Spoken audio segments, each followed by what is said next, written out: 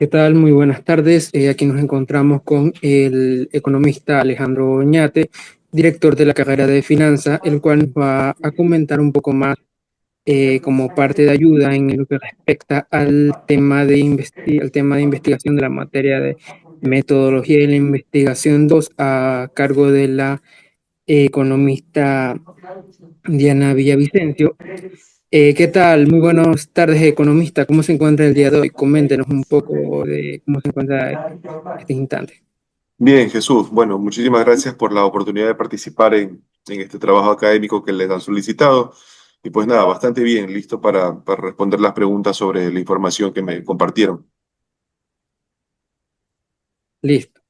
Economista, cuéntenos un poco más de usted para hacernos énfasis en su profesionalismo, en su área académica, en todo el expertismo que ha tenido en todo lo que respecta al área económica, microeconómica, macroeconómica, especialmente en todo lo que es macroeconómica. Bueno, primero pues mencionar que me gradué de economista aquí en la Universidad de Guayaquil, en la Facultad de Ciencias Económicas, y luego hice una maestría en Economía con mención en Finanzas y Proyectos Corporativos. Y pues bueno, ya llevamos 10 años de experiencia docente. Y pues en el concurso de méritos que participé, pues justamente participé en el área de economía, en el área de micro y macroeconomía. Entonces hemos impartido esas dos asignaturas ya por algunos semestres. Y pues bueno, actualmente estamos también con un enfoque un tanto más amplio en lo que son finanzas públicas, que es una derivación de la macroeconomía hacia lo financiero, y también con el tema de finanzas internacionales, que pues también tiene que ver ahí con economía internacional. Entonces, actualmente estamos bastante activos y actuales en el contexto económico en cuanto al contexto académico y pedagógico. Listo, excelente economista, excelente conocer un poco más de usted, su trabajo que ha tenido y su preparación respecto a todo lo que es el área económica.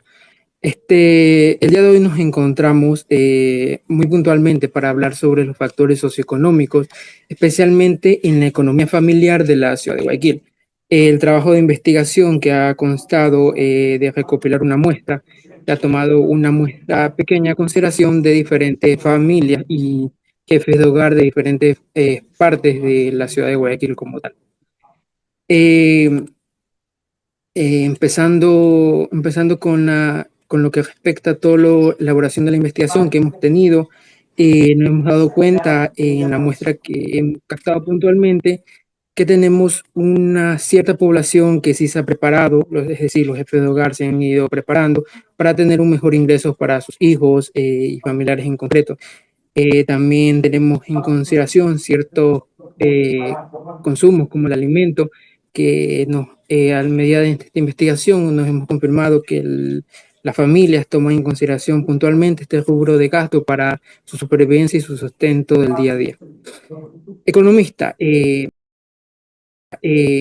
¿cuáles considera usted que son actualmente los factores socioeconómicos que más influyen en la economía familiar de la ciudad? Considerando obviamente lo que hemos mencionado, lo que se ha hecho en la investigación, puntualmente de los factores de infraestructura, la educación del jefe del hogar, la infraestructura recalcando de cómo tienen las personas su hogar, la preparación, el nivel de ingresos, también todo lo que conlleva a esta preparación de las personas para poder superarse el día a día. Bueno, en cuanto a la información que ustedes recabaron, pues la estuve revisando justamente para este trabajo que están realizando, para esta entrevista. Y como principal factor se evidencia que influye mucho el nivel de ingresos mensuales que tienen las familias. En este caso, ese nivel de ingresos también pues, tiene un impacto directo sobre el tamaño del hogar, es decir, se determina que hay un nivel que está en promedio por debajo del salario básico, y por ende pues también eso afecta en el tamaño del hogar en cuanto a la cantidad de miembros de los hogares encuestados, ¿no? Que ustedes trabajaron. Entonces, hay una relación ahí de una falencia importante en cuanto a que hay hogares que tienen entre 4 a 6 miembros en adelante, y pues obviamente tienen un nivel de ingreso por parte del jefe del hogar por debajo del mínimo. Entonces, eso también genera un contexto de vulnerabilidad económica en cuanto a la satisfacción de necesidades, y por ende también a la generación del ahorro, que es pues una base fundamental de la economía de las familias en todos los países, ¿no? Por otro lado, como decía, el factor demográfico también influye mucho porque los hogares que ustedes encuestaron pues evidencian una cantidad de miembros de entre 3 a 6 personas y por ende eso también genera una presión financiera importante sobre el presupuesto de la familia. Entonces, se deben priorizar justamente lo que tú mencionabas con rubros como alimentación, educación y servicios básicos y pues en esa medida la capacidad de ahorro y la satisfacción de probablemente otras necesidades prioritarias pues se ve un tanto reducida.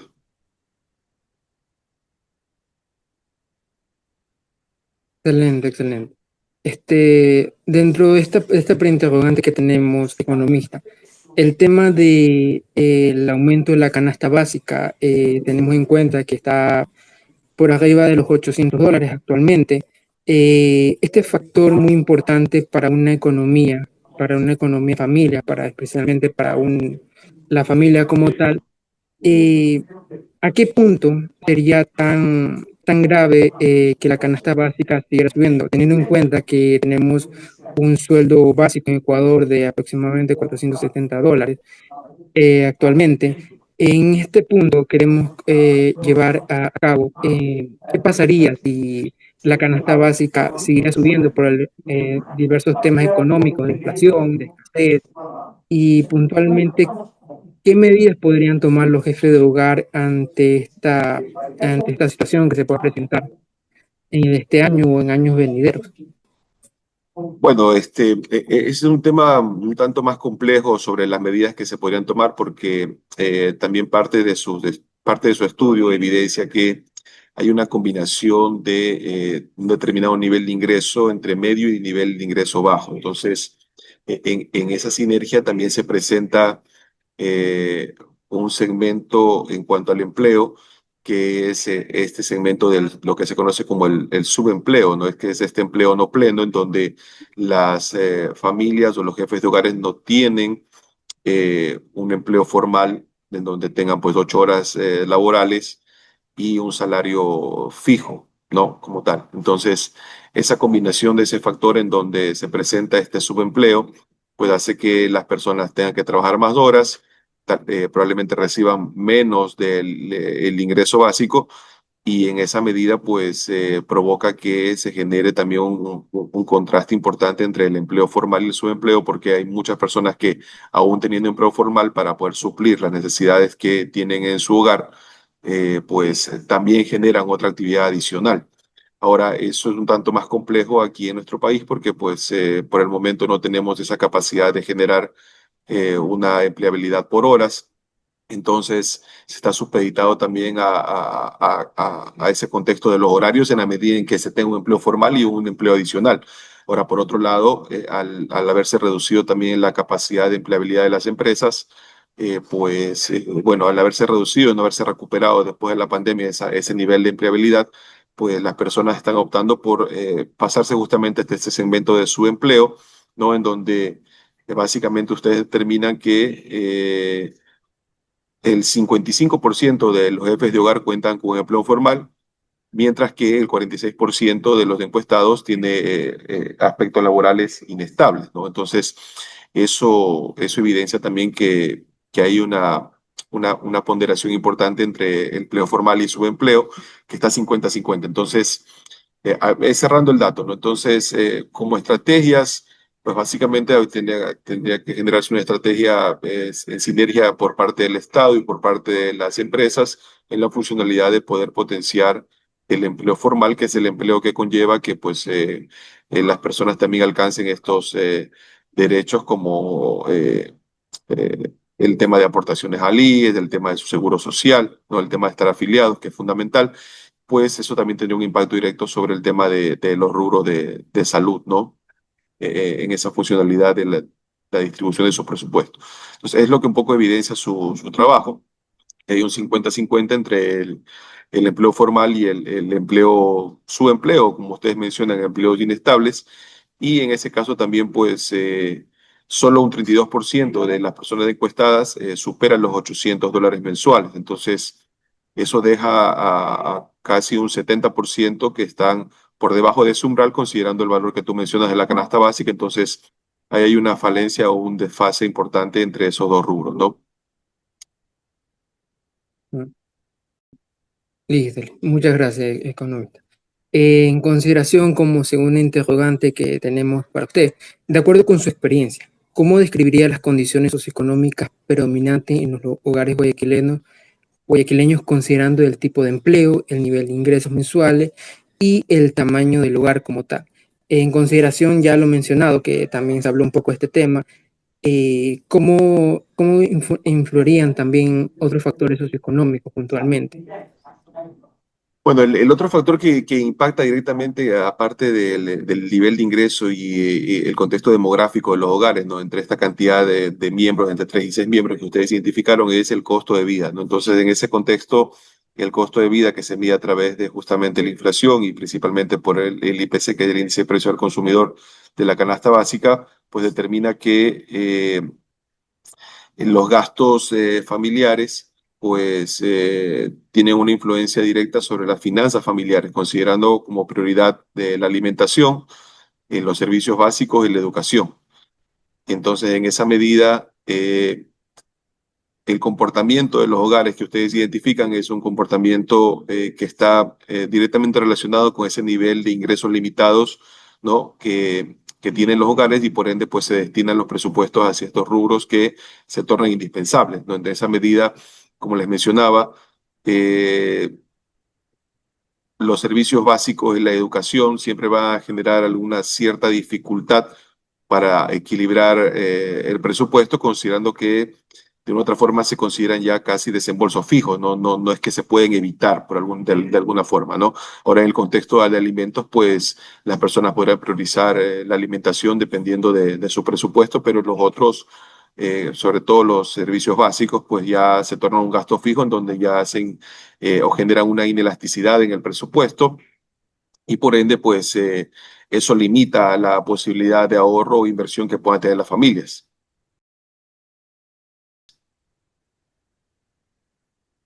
Mm, listo, listo. Muchas gracias, economista, por los datos añadidos. Como tercer punto, tenemos, tomando en cuenta la presencia del empleo informal y formal y trabajo independiente que se observó en la encuesta principalmente, que hay gran peso en consideración con el trabajo formal y especialmente con un trabajo independiente, como los emprendedores o gente que busca progresar de alguna forma más allá de un salario, sino generar ingresos dependiendo del volumen de venta o de su emprendimiento como tal. En base a eso, ¿de qué manera esta situación del mercado laboral en Guayaquil impacta en la estabilidad económica de las familias? Ya considerando lo mencionado principalmente con el tema del empleo que se está considerando en el país actualmente y el subempleo también que existe dentro de las familias, ¿a qué punto podrían mantener una estabilidad económica que se podría decir digna para vivir para todos los integrantes del grupo familiar como tal? Bueno, ese contexto de la inestabilidad laboral es un factor importante de análisis porque de acuerdo a los datos que ustedes recopilan, ¿no?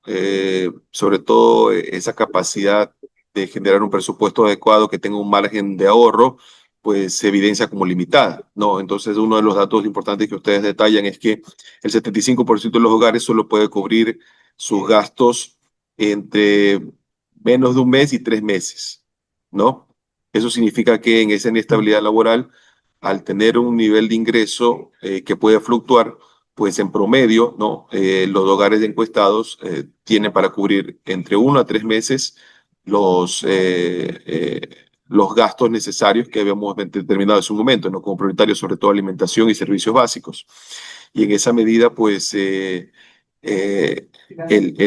escenario actual evidencia una baja acumulación de reservas financieras, es decir, básicamente las familias estarían viviendo en el día a día, como se dice, ¿no? Con el presupuesto justo, y pues no es un presupuesto tan holgado en la medida en que con la inestabilidad laboral podrían quedarse sin ese nivel de ingreso y pues el nivel de ingreso promedio que están obteniendo duraría, como repito, entre 1 a 3 meses, ¿no? En el 75% de los hogares. Entonces significa que es una gran proporción de los hogares encuestados que aparte de tener una inestabilidad laboral, también tiene ingresos insuficientes y por ende, pues su capacidad de maniobra en cuanto a la satisfacción de necesidades en el mediano o largo plazo, pues es bastante deficiente también.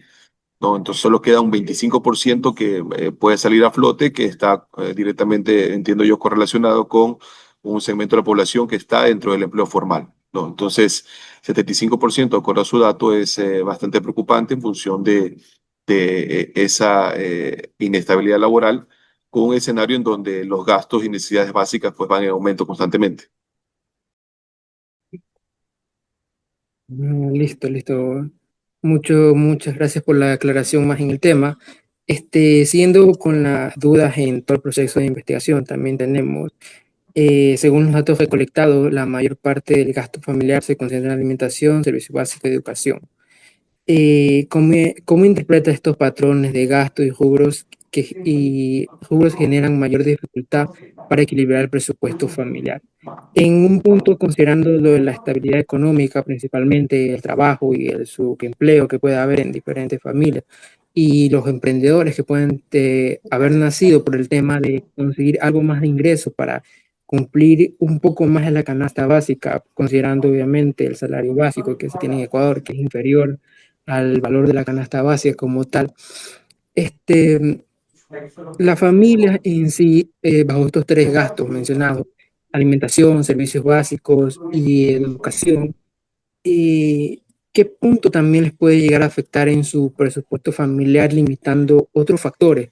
Ya que la alimentación se tiene en consideración como algo muy prioritario para el subsistir de todos los integrantes de la familia, a igual que los servicios básicos y la educación.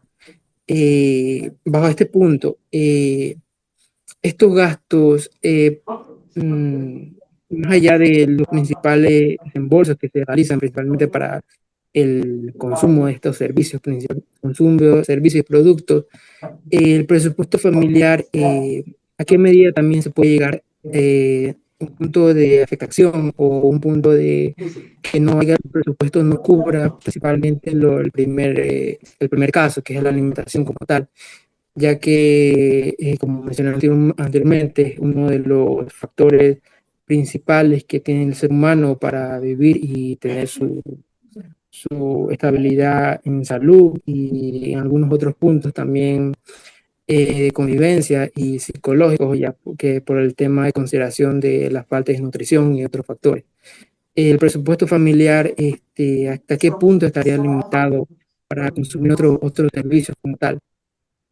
En Bueno, en ese consideración contexto, que sí, disculpa que te interrumpí. En ese contexto, pues es importante determinar que es factible ese análisis en función de que pues la canasta básica a través del índice de precios del consumidor está segmentada en divisiones, ¿no? En divisiones que tienen una ponderación en donde la alimentación es prioritaria y, si estoy en lo correcto, dentro de lo segundo viene el tema de transporte, es decir, la movilidad también. Entonces, el principal problema actualmente es que venimos ya hace algunas décadas en un desfase entre el nivel de ingreso y en este caso el nivel de gasto, ¿no? Es decir, hay una brecha importante en donde hay una dificultad recurrente en que las familias puedan cubrir estos gastos básicos, considerando que los ingresos no crecen al mismo ritmo que los precios de mercado, ¿no? Eso por un lado. Y luego los hogares están obviamente obligados a reducir y priorizar gastos,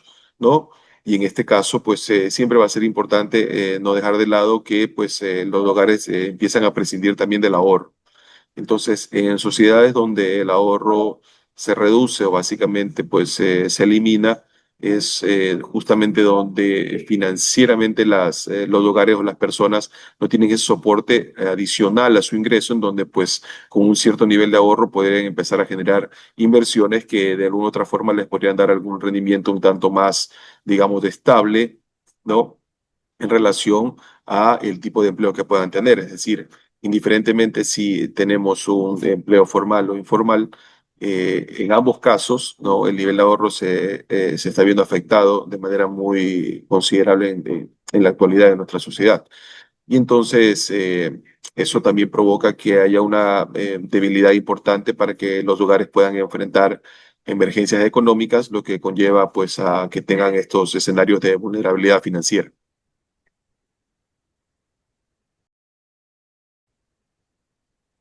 Listo, listo. Muchas gracias por la aclaración, economista, más allá del tema que hemos investigado.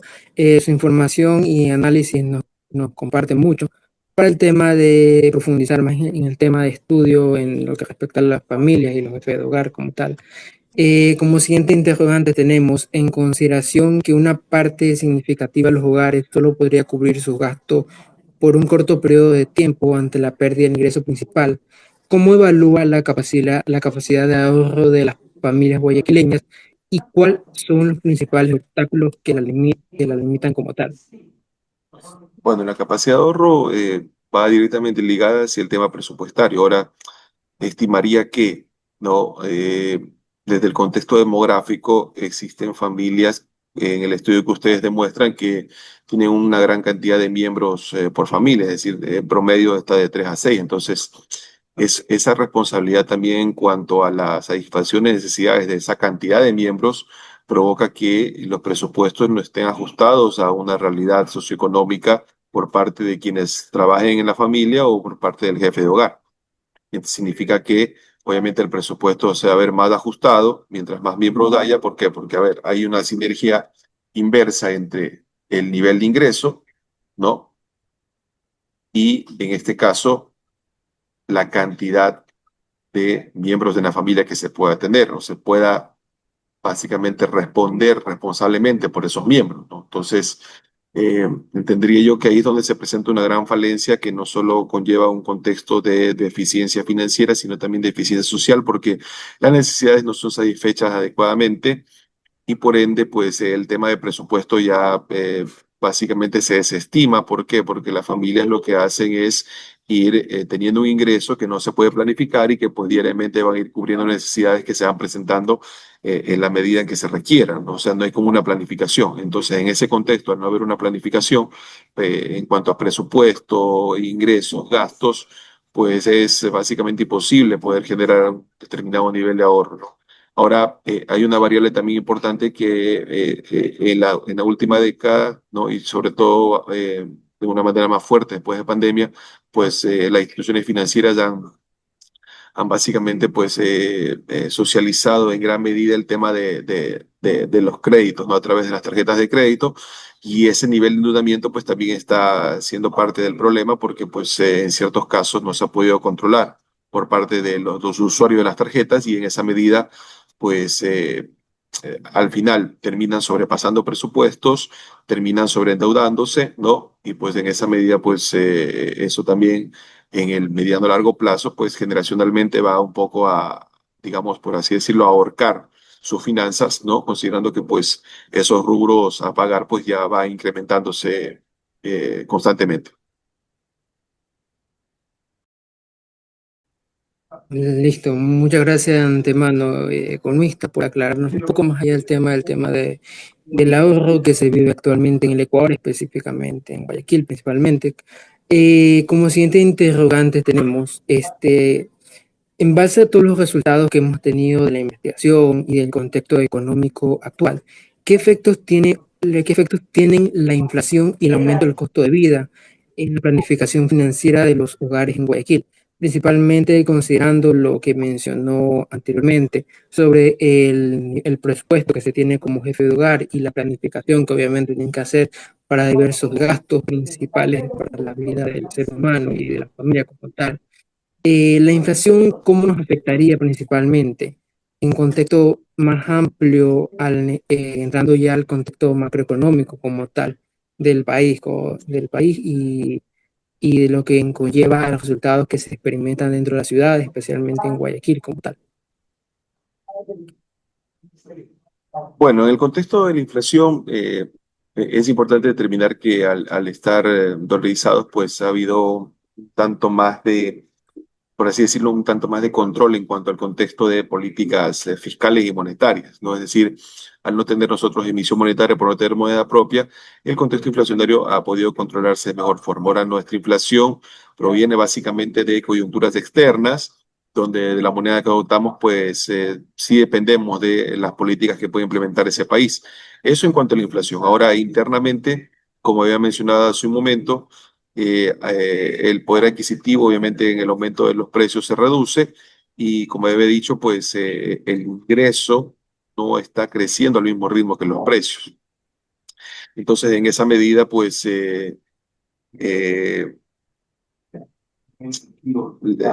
el priorizar determinados segmentos de consumo, lo que hace es que también las familias tengan que suplir menos necesidades o puedan suplir menos necesidades cada vez, ¿no? Entonces, eso también es fundamental considerando que parte de satisfacer necesidades es no solo la satisfacción de necesidades básicas, sino también ese complemento fundamental que es, en este caso, otro tipo de necesidades más allá de la alimentación y los servicios básicos, ¿no? Ahora, eh, como decíamos, las personas ganan lo mismo, pero claro, el incremento de precios pues reduce el poder adquisitivo y pues hay dos opciones, no dejar de consumir ciertos segmentos o empezar a reducir el consumo de los segmentos que normalmente se trabajan o se adquieren, ¿no?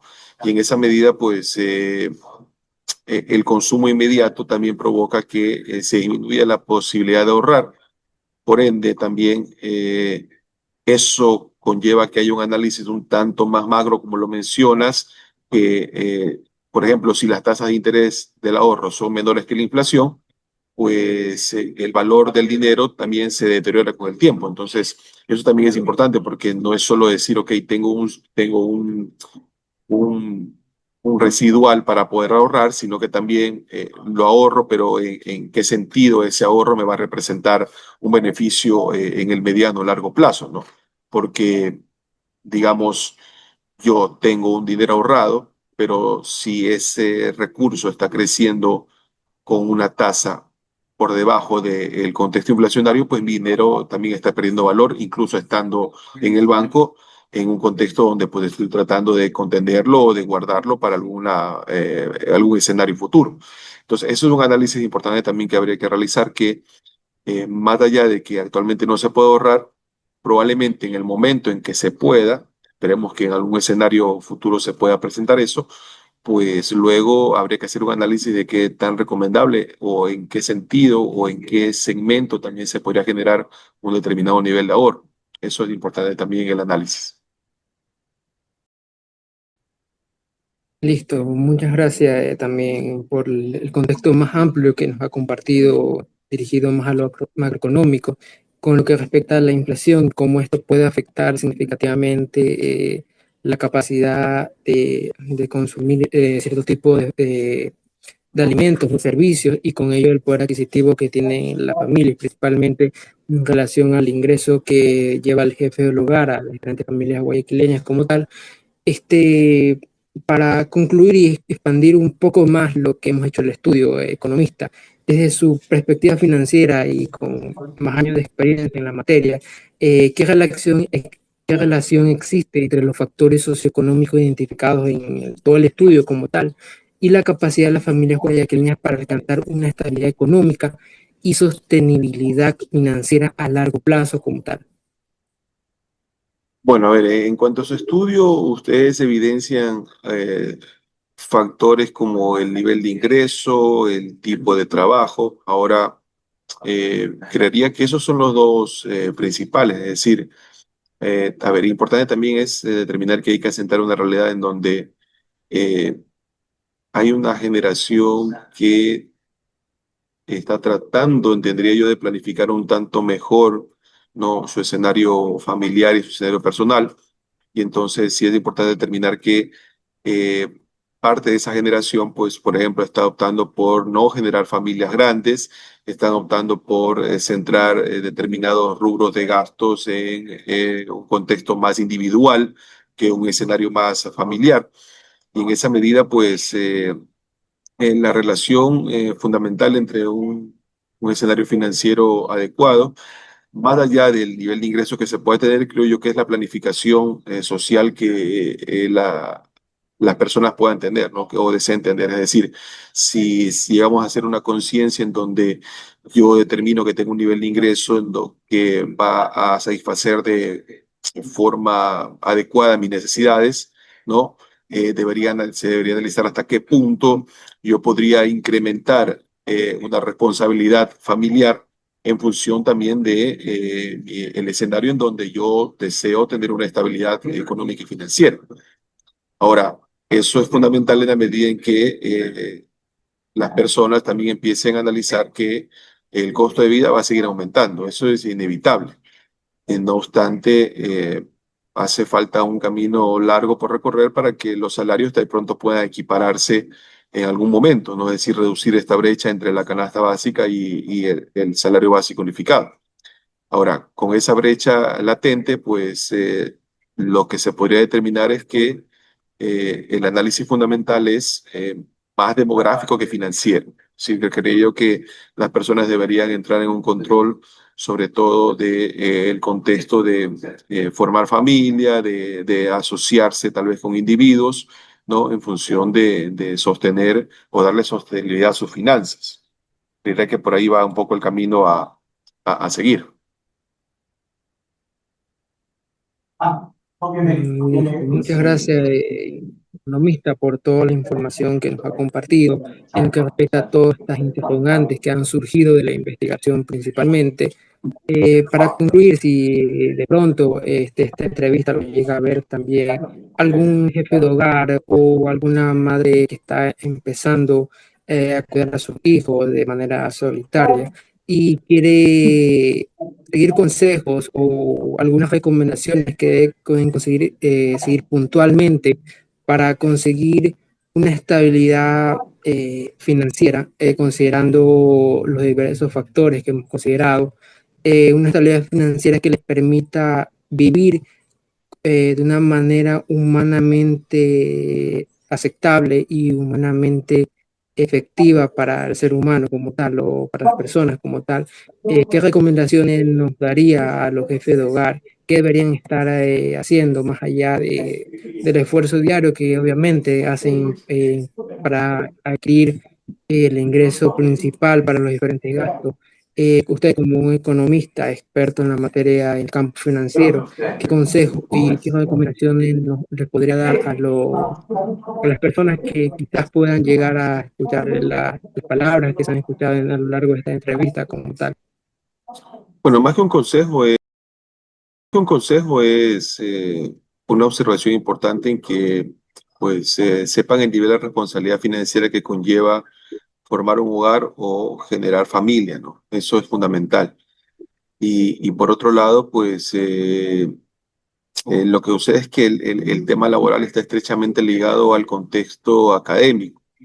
Y entonces también siempre va a ser fundamental que las personas, más allá de su experticia en algún ámbito, en un campo de aplicación laboral, ¿no? Pues puedan generar ese contexto académico en ese crecimiento personal. Es decir, más que un consejo, es una realidad. Realmente nuestro sistema laboral y jerárquico pues está determinado por principalmente los niveles académicos que se pueden alcanzar. Entonces, en esa medida creo que una inversión fundamental, ¿no? En la medida en que las finanzas lo permitan, pues sería justamente generar algún tipo de estudio o alcanzar alguna meta académica, eh, sobre todo en la medida en que más allá de que se pueda tener mejores perspectivas financieras, ya sea por el conocimiento, por el nivel académico, también en esa funcionalidad de que socialmente pues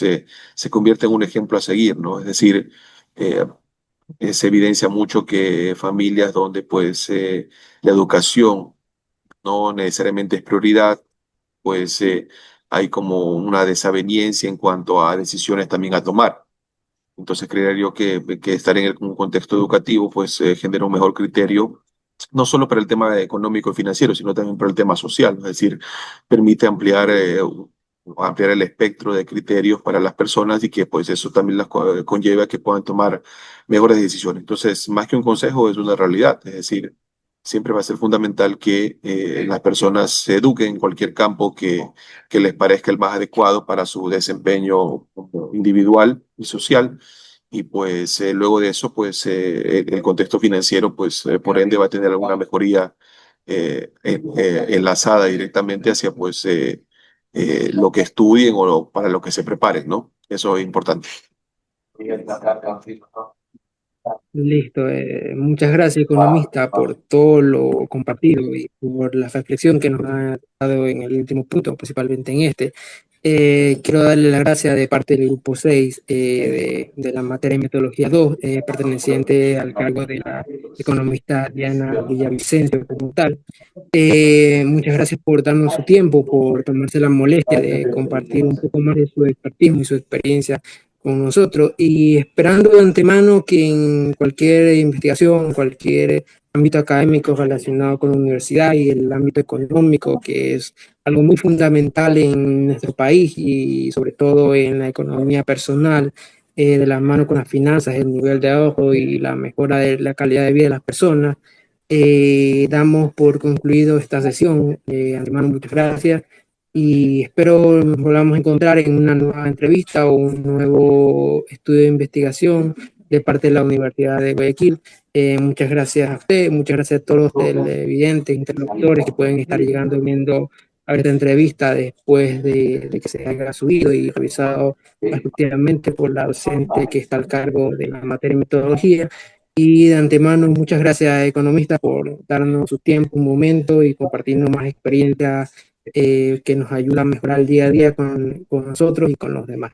Muchas gracias. Bien, gracias a ti, Jesús, de éxito de su actividad académica y pues estamos a las órdenes para cualquier otra actividad. Cuídense mucho. Muchas gracias por la oportunidad de participar.